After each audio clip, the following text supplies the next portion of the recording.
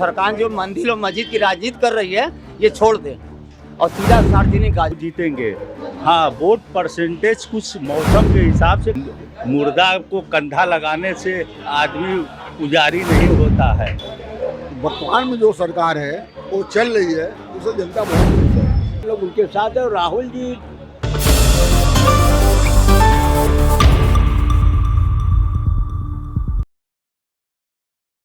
बड़ी चीज है। सरकार जो है ये जो रास्ता बंद किया है ये गलत है और आम आदमी को अगर एक के बच्चा बीमार हो तो गाड़ी ले आके मना रहता है और आए दिन वीआईपी दिन भर रास्ता जाम करते हैं। तो सरकार कुछ नहीं करती है और सरकार जो मंदिर और मस्जिद की राजनीति कर रही है ये छोड़ दे और सीधा सार्वजनिक आ जाए, जैसे हर एक आदमी ऐतिहासिक होता है। सरकार जो है वही गुंडागर्दी कर रही है जो नहीं होना चाहिए, समझ गए। और ये देश बहुत अच्छा नहीं है। ये देखिएगा कुछ दिनों बाद ये देश का सत्यानाश इसलिए होगा, ये देश कर्जे में हो जाएगा। जो पहले बच्चे पर 100 रुपया कर्जा था अब 500 रुपया कर्जा हो गया है। और एकदम बता दे रहे हैं कि सरकार खाली अपना गिन रही है। जैसे इन्होंने कहा कि 2% कमा करके और 18% भर रहा है, इसका सरकार निर्णय। ये पूंजीपतियों की सरकार है। 100 में 25 लोग बड़ा पैसे वाले रहेंगे और गरीब ऐसे ही मरता रहेगा। अब कहीं कुछ नहीं होगी। अब कल एक आदमी मार दिया, उसके FIR दर्ज नहीं हो रहा। ये हमारे देश का ये राजनीतिक है। और एक नेता को लगा के एक पटाखा मार दीजिए तो थाने का फोर्स आ जाता है। अब कहता है क्यों मारे हैं। तो आज इंसाफ का है, हमें कोई बता दे इस देश का। और न कहीं हिंदू खतरे में न मुसलमान खतरे में, सब कुछ ओके है। बाकी यहाँ ये खाली मुद्दा दिखाया रहा कि हमारी कुर्सी बचे रहे। और आज कांग्रेस का समय बिगड़ा हर आदमी का, तो ये कह रहे कांग्रेस कुछ नहीं किया। अरे कांग्रेस तो वो किया कि अंगूठा छाप लोग को नौकरी दे दिया। आज MA BA करके दवा मंडी का कार्टून ढोएंगे या विश्वनाथ मंदिर में झाड़ू देंगे ये लोग, और कुछ नहीं होगा। या तो बच्चा यहाँ से बाहर जाएगा। यही अमित शाह कहते हैं बच्चा पढ़ा लिखा MD किया हुआ, कहते पकौड़ा बेचे बहुत पैसा मिलेगा। कल दारूबाज आएगा कहेगा क्या बे पकौड़ा कितने का दे रहा है, तो उसकी इज्जत ही है। ये गवर्नमेंट जो है पूरी तरह भ्रष्ट है और भ्रष्ट रहेगी। एक बात बता दे रहे हैं। और कभी जिंदगी में देश नहीं सुधरेगा। इसी तरह झगड़ा खुराफात मार और पीट रहेगा। आज पूरे रास्ता जाम है, यहाँ से रास्ता बंद है। आज हम लोग को पैदल चलते हैं, चलने के लिए रिक्शा वाला कहेगा 100 रुपया दो तो गोदौलिया छोड़ेंगे। जब हम 400-300 रुपया कमा रहे हैं और 100 रुपया गोदौलिया के किराया देंगे तो चलेगा कहाँ से, समझ गए। तो आज ये दिक्कत है, सबसे बड़ी दिक्कत है। सरकार हर चीज़ लिमिट करे। हाँ, ये कहेंगे कि आदमी की एक जिम्मेदारी है कि जो भारत की जन्म संख्या बढ़ रही है उस पर हमारा सबका विचार है। इस चीज़ को लिमिट करे और रोक करे। इंदिरा गांधी ने ये कानून लगाया था तो यही भाजपा कहती थी ये गलत है, ये शोषण है। अब इसी में इन्होंने कानून लगाया और इनका कोई कानून चलता नहीं है। बस 4 दिन करके कानून को ताक पे रखा जाता है और कहीं कुछ नहीं है। और जितने लोग कर रहे हैं ना, हम लोग किसी के दलाल नहीं है, जो सच्चाई को कहते हैं। और राजनारायण जी थे तब भी मैं उनके साथ में था और आज भी सच्चाई को बोलता हूँ, किसी का झूठ नहीं। यहाँ तो वहाँ चलते हैं और सारे लोग हमको जानते हैं। और मैं अपने मेहनत से सच्चाई से जो भी कमाता हूँ, ये नहीं कि किसी का कान हट लेना तो किसी की डकैती कर लेना। और पूरी तरह से बता रहे खाली। और गली गली जहाँ CRPF का कैंप है उसके पीछे लोग गांजा चीलम पीते हैं। और आप अगर भेद बना के हमारे साथ चलिए, पूरा ड्यूटो दिखाएंगे, पूरा डाटा दिखाएंगे, देखेंगे यहाँ क्या हो रहा है। और कोई बोलता नहीं है, कपड़े से नाक बंद करके चलना पड़ता है। क्या ये सरकार की जिम्मेदारी नहीं, हमारी जिम्मेदारी है। हम पुलिस में जाके मार खाएं? ये पूछिए इनसे, बुलाइए उनको जो बैठा है। खाली धर्म की राज्य। तो आपके तो यूपी में राम राज्य है ही। राम राज्य नहीं है, रावण का राज्य। चूतिया बनाया जा रहा, टोटल भ्रष्ट। गाली मंत्री। हाँ, और क्या, समझ गए, समझ गए। तो ये जो सच बोलेगा वो दिमाग से गड़बड़ है। इसीलिए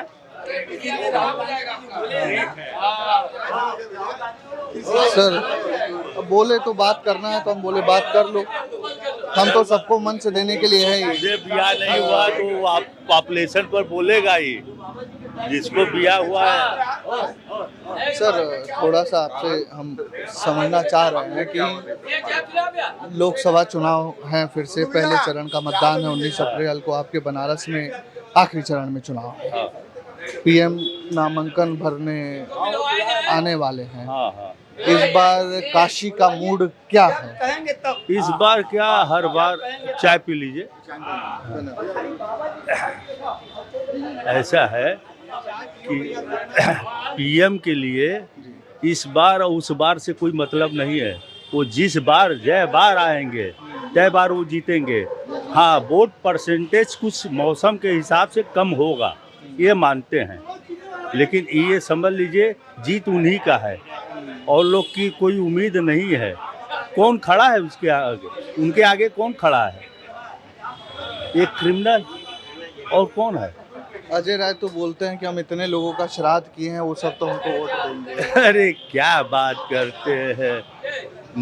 मुर्दा को कंधा लगाने से आदमी पुजारी नहीं होता है, आया समझा? दिल से साथ चलने से होता है। वो दिखावटी का कुछ नहीं। मोदी जी ऐसे सज्जन व्यक्ति हैं कि उनको हराना मुश्किल है, नामुमकिन समझिए। ऐसे ही नहीं कोई टारगेट लेके चलता है। उनको एक लक्ष्य, उनको मालूम है कि यहाँ से ये लक्ष्य को हम पूरा करते हैं। इन लोग अभी तक आपस में ही लड़ रहे हैं और आज देखिए वो कब से का नाम से खाली चुनाव प्रचार कर रहे हैं। तो मेहनत करने वाले को तो फल मिलेगा ही। आरजेडी के एक राज्यसभा सांसद हैं सर, तो उन्होंने एक बयान दिया था संसद में। मैं जिक्र करना चाहूँगा उस बयान का कि उन्होंने कहा था कि हमारे देश के जो पीएम है वो मंदिर मस्जिद का साइज नाप रहे हैं और हमने देश का पीएम मंदिर मस्जिद का साइज नापने के लिए नहीं बनाया। क्या प्रतिक्रिया? देखिए ऐसा है कि मंदिर मस्जिद की बात छोड़ दीजिए। मंदिर मस्जिद एक आस्था का विषय है, ऐसे में इसको राजनीतिक से न जोड़े। ये हमारा, अगर इसी धर्म के आधार से हम अपना कल्चर को बनाते हैं और बिगाड़ते हैं। ये धर्म हमारे लिए एक कल्चर है। अगर इस धर्म को, हम धार्मिक हैं लेकिन कट्टरवादी नहीं है। हम हर धर्म के में से अच्छाई जो होता है उसी को निकालते हैं। बात राहुल गांधी वाली कर दी। क्यों? राहुल गांधी भी कहते हैं मैं हिंदू हूँ लेकिन कट्टर हिंदू नहीं। हाँ, कट्टर का मतलब क्या होता है कि जो कट्टर उसको बोलते हैं जो अपने धर्म के लिए ही कट्टर होता है और दूसरे के धर्म को अपमान करता है, वो कट्टर होता है। हम इस्लाम को भी अच्छा मानते हैं, जिसमें अच्छाई है उसको अच्छा मानते हैं। और हम अपना धर्म छोड़ नहीं सकते हैं लेकिन दूसरे के धर्म को बुराई भी नहीं कर सकते हैं। ये है। और मंदिर हमारा तो आदि काल से चला आ रहा है। तोड़े हैं वही न निर्माण हो रहा है। किसी की जमीन तो नहीं हड़प रहे हैं। मंदिर तो हम वही बना रहे हैं जो हमारा था।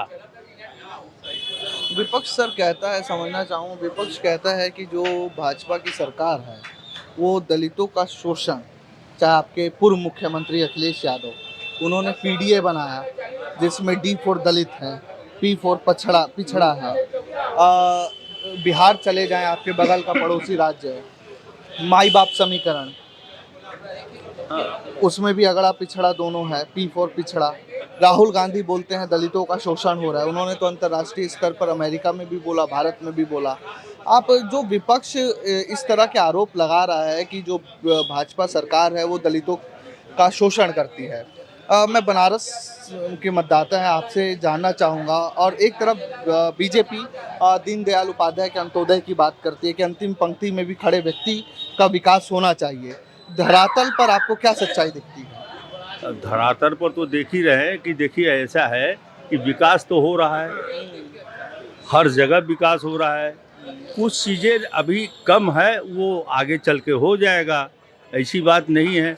विकास सबका हो रहा। मेहनत करने वाले आदमियों को खाने की कमी नहीं है और जंगर चुट्टों के लिए तो वो विकास दिखाई नहीं पड़ेगा। आप मेहनत करिए। एक रिक्शा टोटो वाला 1000 रुपया रोज कमा रहा है। किस विभाग में का नाम से 1000 रुपया डेली का है। आज भी 7000 8000 लोग, आज 7-8 रुपये में लोग नौकरी कर रहे हैं, लेकिन उसका संस्कार है उसी में जीना है। उनको मालूम है कि 8000 से ऊपर नहीं मिलेगा, हमें इसी में जीना है, जी रहे हैं। कोई 50,000 का रहा है, उसको मालूम है कि 50,000 में मिलेगा, उसी में जी रहे हैं। तो जीने के लिए का नाम से ये कोई टारगेट नहीं है कि हम इतना ही कमा। हाँ, प्रयास हर लोग करता है आगे बढ़ने का। कुछ लोग बढ़ते हैं, कुछ लोग नहीं बढ़ते हैं, लेकिन सबसे बड़ी इनके सरकार में यह है कि महंगाई सस्ताई तभी नज़र आता है जब कि आदमी बहुत दुखी होता है या काम नहीं करता, उसी को नज़र आता है। नहीं, महंगाई सस्ताई तो अप डाउन लगा रहता है, उसमें कोई वो नहीं है। और सबसे बड़ी क्राइम रुका है। क्राइम रुका है। नहीं वो है, लेकिन महंगाई सस्ताई तो कम बेसी होता है, लेकिन सेफ्टी का यहाँ क्राइम बहुत कम हुआ। नहीं आपको बता रहे हैं, आप घर छोड़ के चले जाइए 15 दिन घूमने न, तो 16वें दिन आइएगा तो दूसरा कोई इसमें मिलता है। अब लड़िए मुकदमा 20 साल तक, ये है, अब नहीं है। अब तो जरा सा भी आप कहिए था तुरंत पुलिस आके का नाम तुरंत कार्रवाई करता है। ये है, कानून व्यवस्था बहुत बढ़िया है। सर, विपक्ष का क्या हाल है देश में? विपक्ष का हाल तो ऐसा है, ये राजनीति है, एक दूसरे को गलत बोलना लोगों की आदत है। और ये विपक्ष वाले क्या है, कोई काम तो किए नहीं। अगर आज विपक्ष आती भी है तो कोई लूटेगी। वर्तमान में जो सरकार है वो चल रही है, उससे जनता बहुत खुश है। विपक्ष का कहना है कि पीएम जब से आए हैं देश के अंदर महंगाई, बेरोजगारी, 400 का सिलेंडर 1200 का हो गया है, पेट्रोल 96-97 रुपए हो गया है। गरीब कैसे पलेगा? आज पहले बात बताइए, यहाँ गरीबी है कहाँ? मैं गरीब तो मानता नहीं हूँ यहाँ कोई गरीब है। एक वर्कर जो 5,000 8,000 रुपये महीने का नौकरी करने वाला, उसके हाथ में भी स्मार्ट मोबाइल है जिसकी कीमत 10 से 15,000 20,000 की है, तो गरीबी है कहाँ? दूसरी बात, मेहनत करने वाला व्यक्ति आज हमारे इसी बनारस के अंदर मेहनत करके रोज का 1,000-2,000 रुपया आराम से कमा रहा है, इज्जत से कमा रहा है। और सबको सरकारी नौकरी चाहिए तो कहाँ से मिलेगी? मेरे देश की आबादी कितनी है? आबादी में आप देखिए तो इतनी आबादियाँ हैं कि उनको नौकरी मिलेगी कहाँ से? वहाँ मिलेगी नौकरी जिसके पास योग्यता है, जो पढ़ के गया है। पहले क्या था, एक फर्जी नौकरियाँ मिली थी, लोग गए थे। आज उसको कड़ाई करके ईमानदारी की नौकरी मिलने की बात हो रही है। तो उसमें आप जाइए, गवर्नमेंट नौकरी देगी।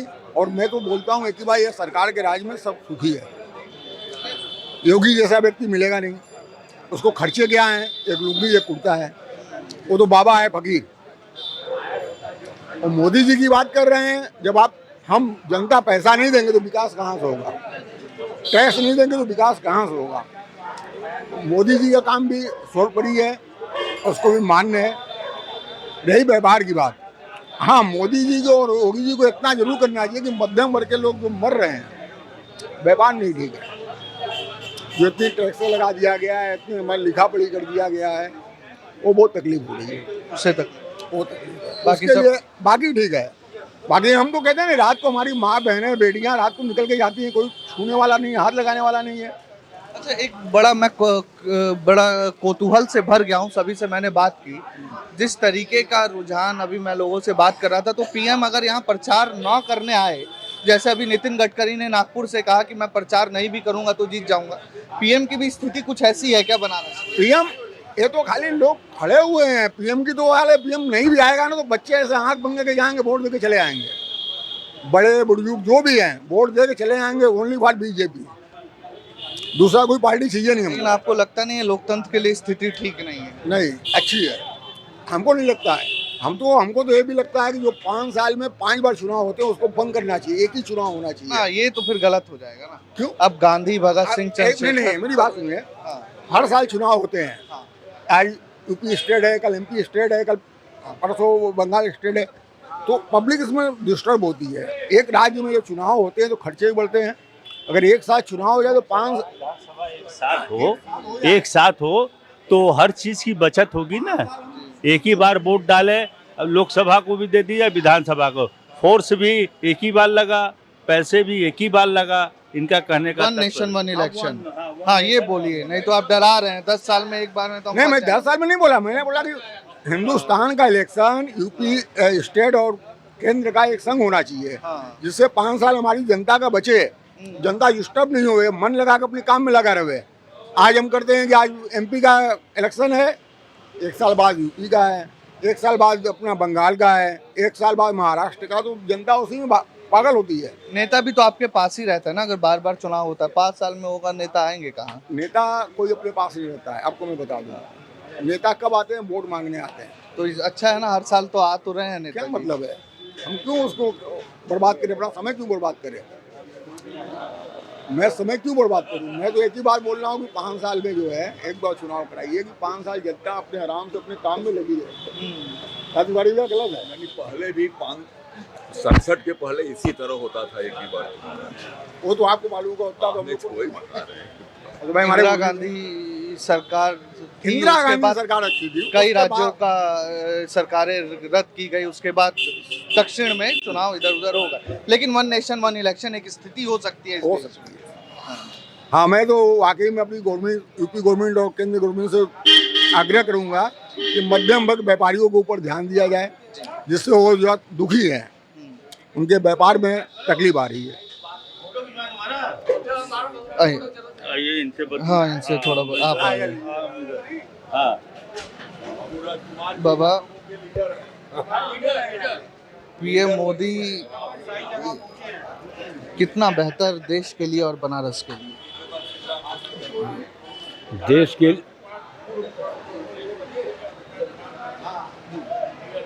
अरे नहीं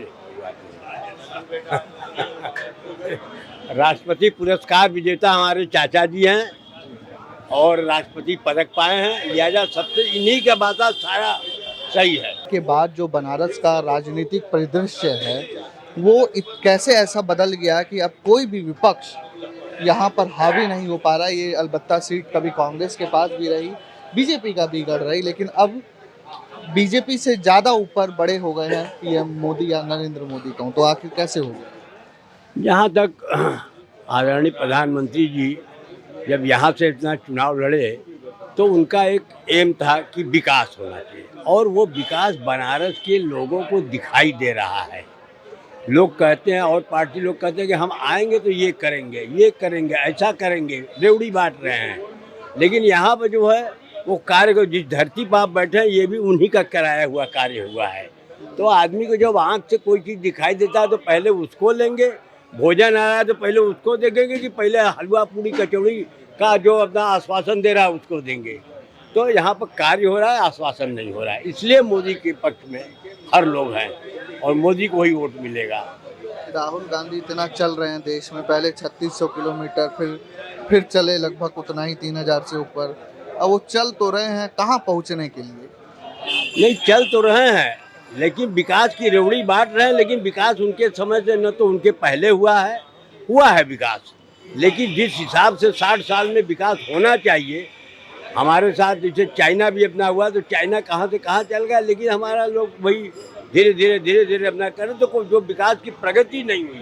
लेकिन मोदी जी ने जो 10 साल में जो प्रगति कर दिया ये 60 साल से ऊपर हो गया, लिहाजा हम लोग उनके साथ हैं। और राहुल जी कह रहे हैं, उनके बातों में दम नहीं है, दमदार बात नहीं करते, इसलिए उनके पर कोई भरोसा नहीं कर रहा।